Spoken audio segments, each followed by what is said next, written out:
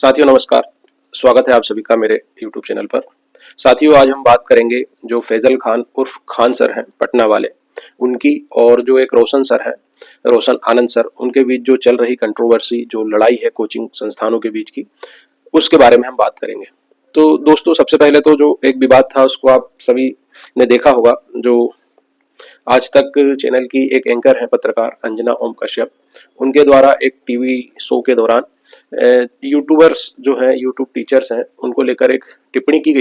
इसके बाद यूट्यूब पर पढ़ाने वाले टीचर्स हैं, उनमें काफी आक्रोश देखने को मिला और सभी ने अंजना ओम कश्यप को खरी खोटी सुनाई और अपशब्द भी कहे, मतलब अपनी लिमिट क्रॉस भी की उनके द्वारा। एक महिला पत्रकार के बारे में काफी भद्दी टिप्पणियां की। वो विवाद अभी थमा ही नहीं था कि एक दूसरा विवाद शुरू हो गया। तो पहले मैं आपको इस विवाद के बारे में बता दूं। पटना जो बिहार की राजधानी है, वहां पर दो कोचिंग संस्थान है। एक है ज्ञान बिंदु के नाम से, जिसको कि रोशन आनंद सर चलाते हैं, और दूसरा है खान ग्लोबल रिसर्च सेंटर, या जिसे खान सर की कोचिंग भी कहते हैं, और इसे फैजल खान चलाते हैं, फैजल खान उर्फ खान सर। तो हुआ यूं कि 2 मई की रात को करीब 10 बजे कुछ लोग जो है वो ये फैजल खान की जो इंस्टीट्यूट है वहां पर आते हैं और तोड़फोड़ करते हैं, मारपीट करते हैं। और इस विवाद की जो शुरुआत है वो शुरुआत तो इनके काफी मतलब पहले से चल रही है। इन दोनों के बीच में जो कोचिंग सेंटर्स की लड़ाई है वो तो काफी दिनों से चल रही है। लेकिन हुई इसकी शुरुआत, जो अभी ताजा ताजा शुरुआत है, वो बिहार पुलिस रिजल्ट से। अभी हाल ही में बिहार पुलिस का रिजल्ट घोषित हुआ, जिसमें खान सर के द्वारा ये दावा किया गया कि उनकी कोचिंग से लगभग 12,000 सिलेक्शन हुए हैं। वहीं जो रोशन आनंद सर हैं ज्ञान बिंदु कोचिंग वाले, उनकी तरफ से ये दावा किया गया कि उनकी कोचिंग से 10,000 सिलेक्शन हुए हैं। तो कुल मिलाकर 22,000 सिलेक्शन जो है वो इन दोनों कोचिंग के माध्यम से इन्होंने करवा दिए।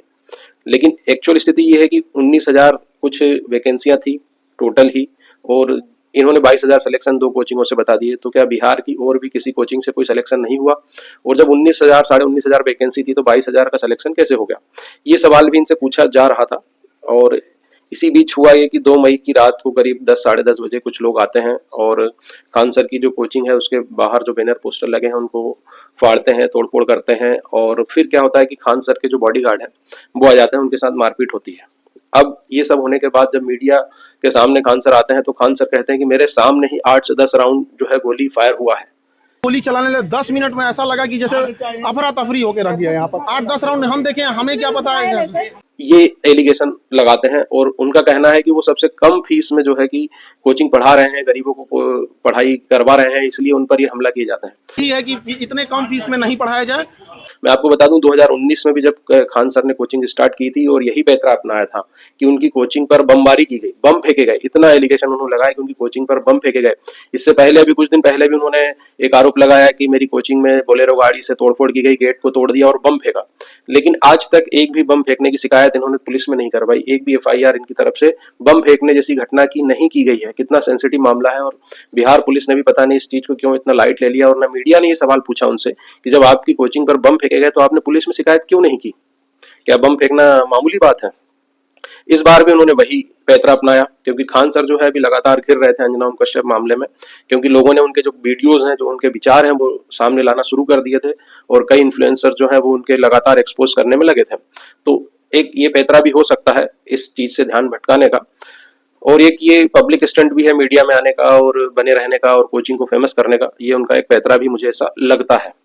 तो रोशन आनंद सर को पुलिस ने गिरफ्तार कर लिया है, और रोशन आनंद को गिरफ्तार करने के बाद एक वीडियो वायरल हुआ जिसमें कि खान सर के जो बॉडीगार्ड हैं वो खुद गोली चलाते हुए दिख रहे हैं, और पुलिस ने अदर किसी गोलीबारी की घटना को नकार दिया है।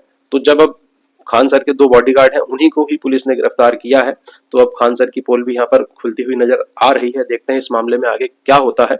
लेकिन अभी जो चल रहा है, अब खान सर का ये दावा है कि वो सबसे कम फीस में जो है पढ़ाई करवाते हैं। तो मैंने उनका जो फीस स्ट्रक्चर है वो गूगल जेमिनी से पूछा, क्योंकि आजकल AI का जमाना है। तो गूगल जेमिनी के माध्यम से मैंने पूछा कि खान सर जो है वो कितनी फीस चार्ज कर रहे हैं, क्योंकि इसका एग्जैक्ट मुझे कोई मिल नहीं रहा था। तो गूगल जेमिनी से मैंने इसका ये डाटा निकाला। तो गूगल जेमिनी का जो डाटा है वो आपके सामने है। UPSC सिविल सर्विस में ऑनलाइन 7,500 से 10,000 के बीच का बैच है इनका, और ऑफलाइन जो है GS प्रीलिम्स पर मेंस फाउंडेशन में ये 69,500 से लेकर 75,000 तक चार्ज करते हैं। तो ये कितनी कम फीस है आप देख सकते हैं। स्टेट PCS की बात करें, जैसे BPSC है, UPPSC है, MPPSC है, तो इसके लिए 15,000 से 30,000 प्री मेंस और इंटरव्यू के लिए होते हैं।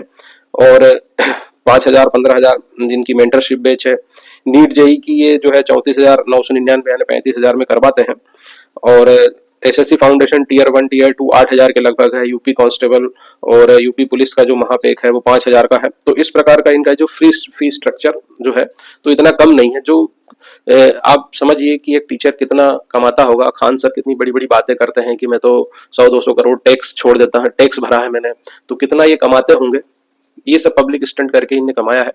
आपका इन सब पे क्या कहना है, क्या विचार है, कमेंट बॉक्स में जरूर बताएं। और आगे इस केस में क्या अपडेट होता है मैं आपको इस चैनल के माध्यम से बताता रहूंगा।